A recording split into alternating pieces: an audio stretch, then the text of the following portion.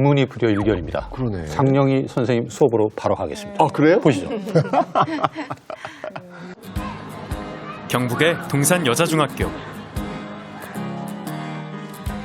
이곳에서 특별한 수학 수업이 펼쳐진다는데요.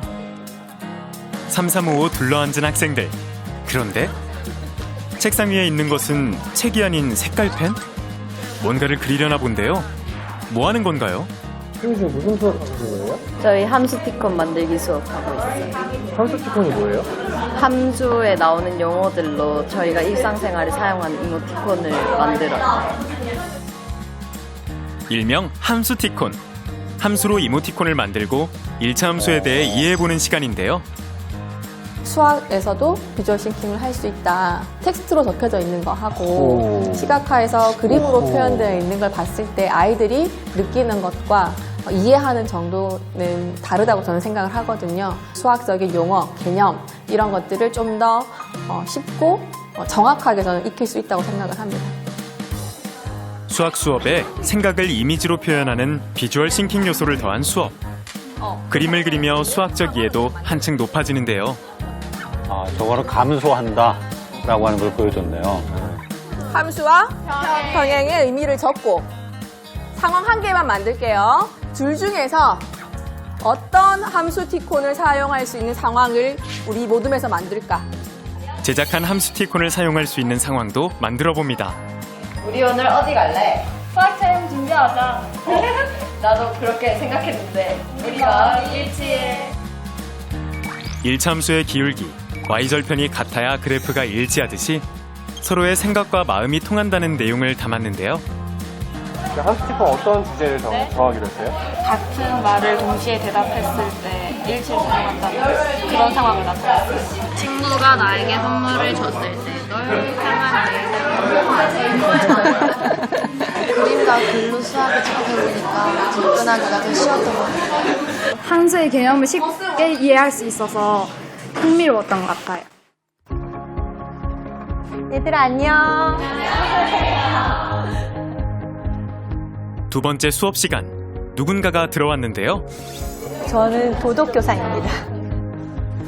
이번엔 도덕과 수학의 융합 수업이랍니다.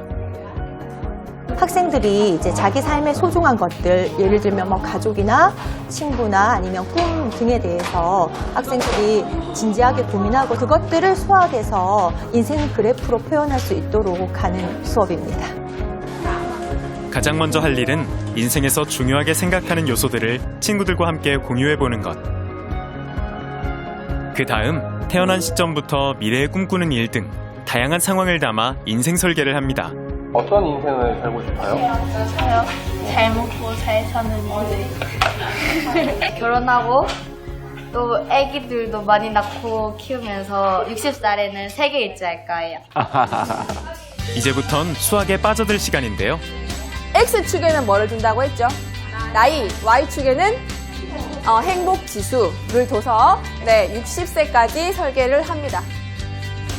X축은 나이, Y축은 행복지수를 표현해 나만의 인생 그래프를 만들어 볼 차례. 완성 후엔 그래프를 바탕으로 1차 함수식도 구해봅니다. 오늘 썼던 인생 그래프처럼 슬픈 일은 많이 없고 행복한 곳에만 머물러 있고 이루고 싶었던 것들을 하나씩 차근차근 이루어 나갔으면 정말 좋겠다. 다양한 융합 수업으로 수학에 한 발짝 더 다가갈 수 있었던 시간. 학생들의 수업 소감도 궁금한데요. 수학이랑 도덕은 상반된 완전 극과 극인 것 같았는데 인생 그래프도 해보고 도덕이랑 같이 융합해서 해보니까 좀 색다르고 좋았어요. 아이들이 삶과 그리고 실생활과 수학이 굉장히 동떨어져 있다고 생각을 하는데 굉장히 밀접하다. 문제를 맞닥뜨렸을 때 해결할 수 있는 그런 능력을 기를 수 있는 수업을 무조건적인 암기를 벗어나 우리 삶 속에 수학을 반영했던 수업. 어쩌면 삶을 살아가는데 가장 필요한 도구는 아닐까요? 야, 너무너무 재밌고 학생들이 수학 시간을 기다릴 것 같아요. 아까 그 여학생이 친구가 사탕을 줬을 때 너에 대한 나의 사랑을 1차 그래프, 1차 증가 그래프로 보여줬잖아요. 이게 되게 중요한 게 절편이 양이냐, 영이냐, 음이냐에 따라서 의미가 달라질 것 같아요. 양이면 네가 사탕을 안 줘도 나는 너를 사랑한다. 영이면 네가 사탕 안 주면 나도 사랑 안 할 거야. 음이면 네가 사탕을 안 주면 내가 널 미워할 거야. 이런 얘기가 되는 거거든요. 진짜 관계를 그러니까. 수학적인 일차 방정식이 두 변인 간의 관계니까 그것을 자기 생활 속의 의미로서 담아낼 수 있는 되게 좋은 사례가 아닌가 생각을 좀 해봤습니다. 그 딱딱하고 그 어려웠던 그 개념들을 저렇게 하트도 있고 뭐 너무 좋으니까 그냥 확 와닿겠다는 그런 생각이 드는데요, 정말. 교수님 어떻게 보셨어요? 저는 정말 너무너무 감동받았습니다. 그죠? 네, 저도 저렇게 한번 인생 그래프를 1차 함수로 표현을 해보든지 2차 함수로 표현을 해보든지 3차 함수로 표현을 해보든지 그런 생각을 왜 못 해봤을까. 내 인생 그래프는 어떤 직선으로, 어떤 함수로 그렇게 표현될 수 있을까. 플러스에서 시작을 했을까, 마이너스에서 시작을 했을까, 그 순간에. 직선만은 아닐 수도 있잖아요. 그렇죠. 그렇잖아요. 네. 그런 거를 또 학생들이 생각을 해낼 수도 있고 굉장히 너무 감동 있는 수업이었습니다. 그러니까. 영모님 어떻게 보셨어요? 함수 개념이 이해하기 굉장히 어렵거든요. 네, 고등학교 졸업해도 사실은 문제는 풀지만 개념을 이해 못하는 친구들이 많아요. 저도 아직도 이해 못합니다. 네. 그런데 이거를 어떻게 자기 실생활과 내 마음과 접목해서 표현하면서 함수 티콘이라는 걸 만들기 위해서는 개념을 정말 이해를 해야만 하는 것이고요. 그렇죠. 만약에 이제 솔직히 말해서 저 정도 올 때까지 이해를 못하는 친구들이 꽤 있었을 거예요.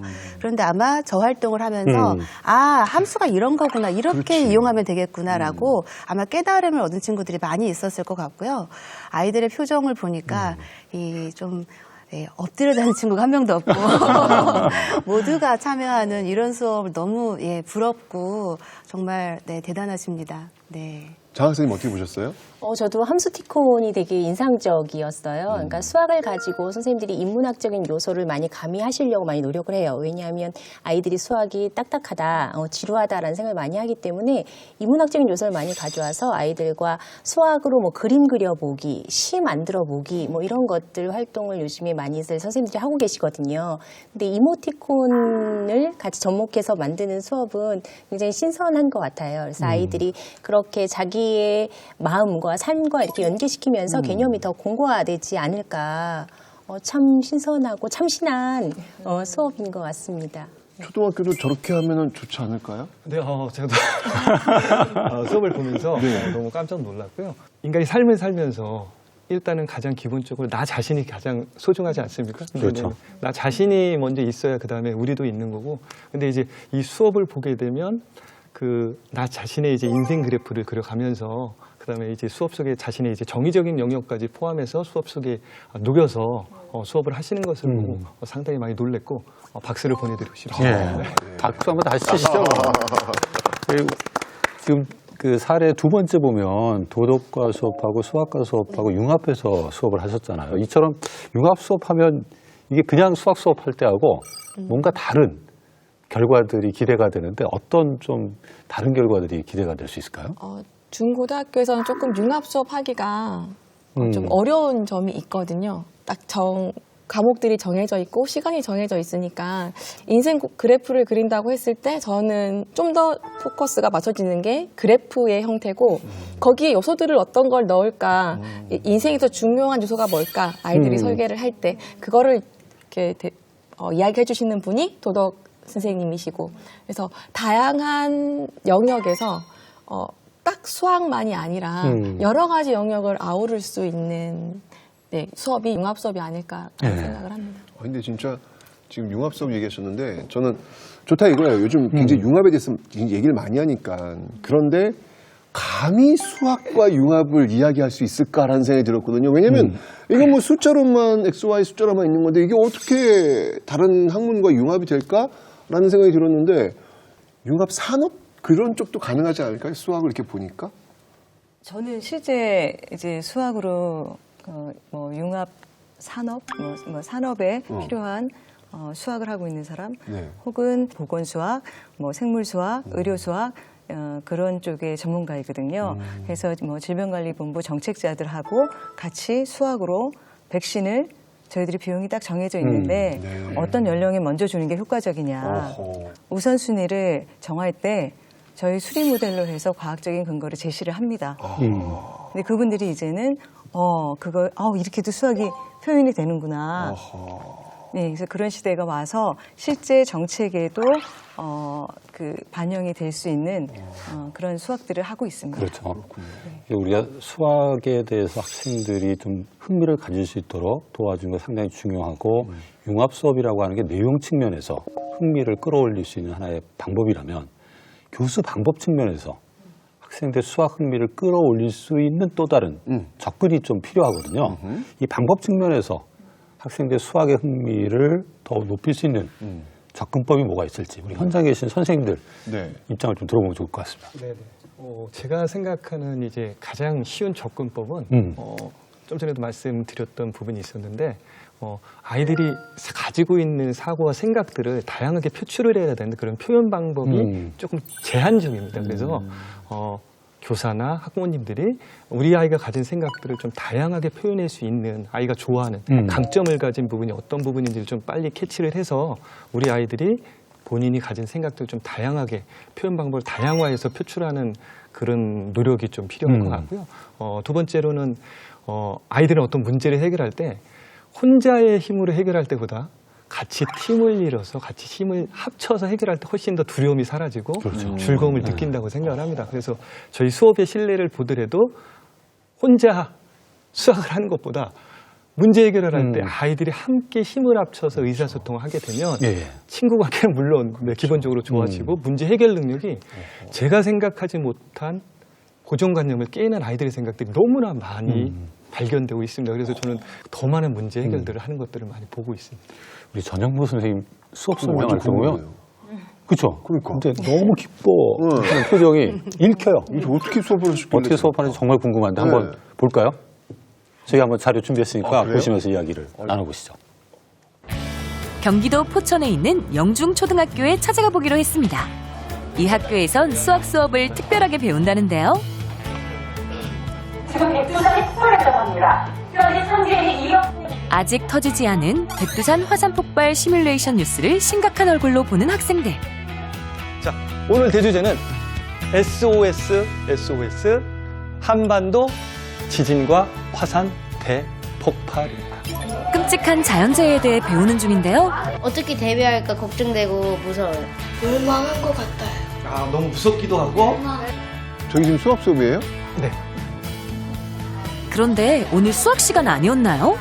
수학이라는 것을 어떻게 아이들이 실생활과 좀 접근을 해서 아이들이 즐겁게 수업할 수 없을까라는 생각을 하게 돼서 이렇게 수학과 과학과 국어, 미술을 융합하는 그런 수업을 이제 기획해서 하고 있습니다. 수학의 꺾은선 그래프를 교과서로 배우면 자칫 어려워하는 학생이 있을 수도 있어 과학의 지진과 화산이라는 단원과 융합하여 모든별 학습을 한다고 합니다. 지진과 화산에 대처하는 법과 연도별 대피훈련 횟수를 조사한 모둠. 대피하고 있잖아요, 이 사람들은. 최근 우리나라와 외국에서 발생한 지진 규모와 피해 횟수를 조사한 모둠.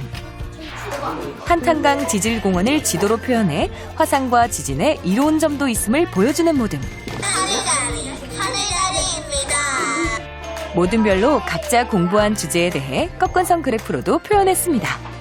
한탄강에 온 관광객 수를 꺾은선으로 표현했어요. 서로 다른 주제에 대해 알아봤으니 반 전체 친구들과 각자 배운 내용을 공유하는 것도 잊지 않습니다. 지진과 화산이라는 지구과학과 꺾은선 그래프라는 수학을 더욱 재밌게 배울 수 있었던 시간. 제가 좋아하는 과목들이랑 살짝 싫어하는 과목들이랑 같이 해서 그 싫어하는 과목들이 좋아졌어요. 전에 수업은 그냥 조용히 풀기만 하는 거잖아요. 근데 이거는 애들이랑 같이 얘기를 하면서 풀 수 있는 게 더 좋은 것 같아요. 교실을 나와 어딘가로 이동하는 학생들. 수업이 여기서 끝인 줄 알았는데 아니었습니다. 오늘 공부한 내용을 토대로 책을 만들기로 했는데요.